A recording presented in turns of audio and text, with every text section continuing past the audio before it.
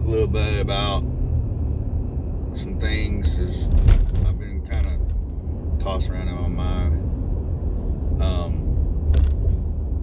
First of all, the Hunter Biden email, text message, or whatever the hell they are, when he's using the N-word.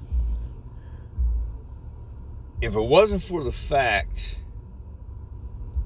that it was Hunter Biden, and they had been covering for him and his father for so goddamn long, and if it was anybody else other than somebody like Hunter Biden or Joe Biden or blah blah, or on the leftist side or the whatever, if it was anybody else on that, they wouldn't, it wouldn't be a big deal. But if it's like somebody that maybe have a conservative values or conservative thought process, they're blowing that shit up all over the internet. Cancel them, they're racist, they're blah blah, this, that, and the other. I mean, come on. Like Morgan Wallen, they tried to destroy his country music career, and he wasn't even using it in a evil manner. From what I'm concerned, he was just basically like talking to his homeboy or whatever. But Hunter Biden, he used it derogatory. He used it derogatory. All kind of racist slurs, Hennessy, N-word, blah blah blah. If they don't do something about this, say something about this, or raise holy hell, whatever, I'm just gonna be pissed. It's freaking ridiculous. Just because of who he is, they're trying to keep it under wraps because he's Joe Biden's son. Most crooked goddamn freaking president we've probably ever had. But that's what I feel about it. That's my opinion. I think they should go after him. I think they should do all the bells and whistles that they try to do with everybody else. And number two,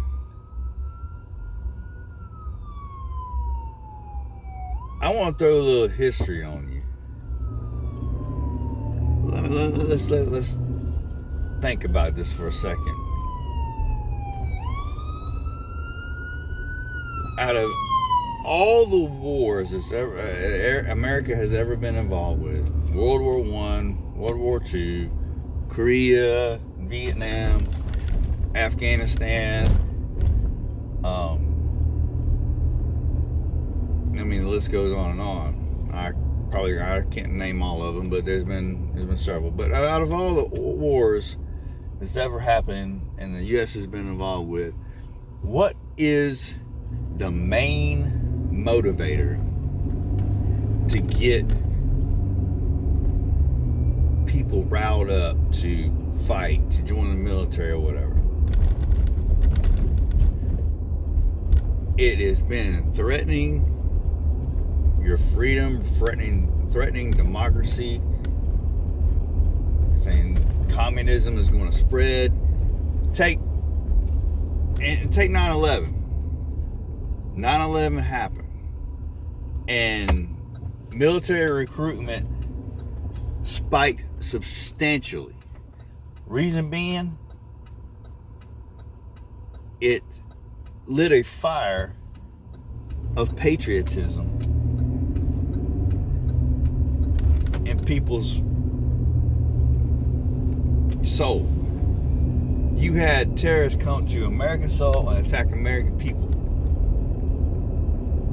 Same thing for World War I, World War II, and all the other. There was threat of communism, threat of socialism, and yada yada yada. It was all these threats of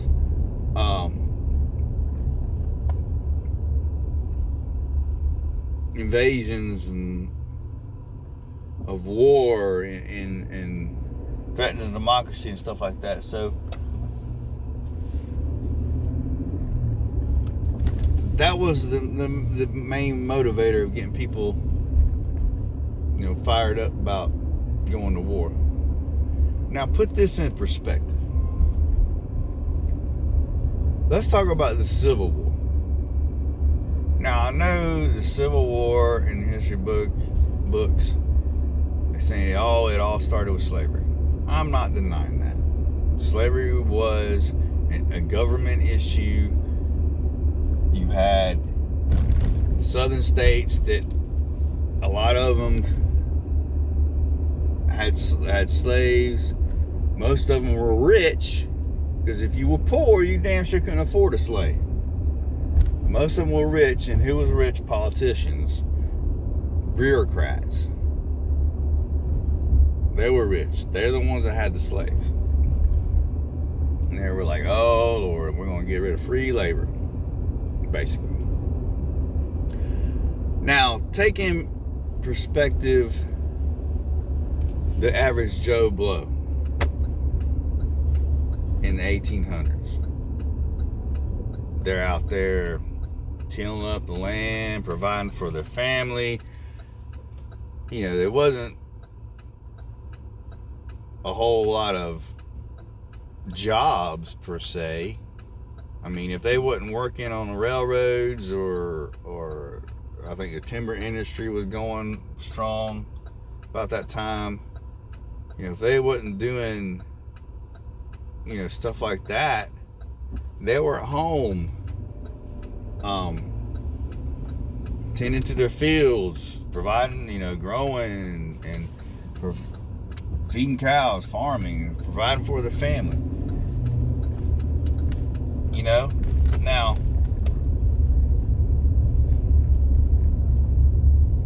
what would make the average Joe Blow just toss their hands up and say, let's go to war? I'm going to fight with other American people, my brethren, my cousins, my nieces, my nephews, my family. What is going to make people? It wasn't because I guarantee you it wasn't because of slavery. I mean, half of them didn't even, like I said, most of them didn't even own slaves. So what benefit would it have done for them? They probably was told a bunch of lies by the governments at the time. Like, oh, the black people are going to appropriate, and they're going to mass produce, and they're going to take over your country, and you're going to be a slave to them. Or they're going to threaten your democracy. The same stuff they've been saying for years to get people fighting on all these other wars. World War I, World War II, Vietnam. Same damn thing. I guarantee you. Same damn thing. They were filling these people full of bull crap so they would drop arms and fight.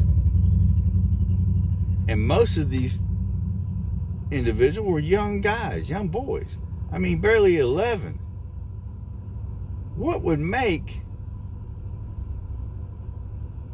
an 11-year-old just who don't really know? I mean, he's still an adolescent, don't really know nothing from nothing. I mean, there wasn't, 8th grade education was about as high as it went, I believe. Or maybe unless they were schooled at home. I mean, there was really no schooling.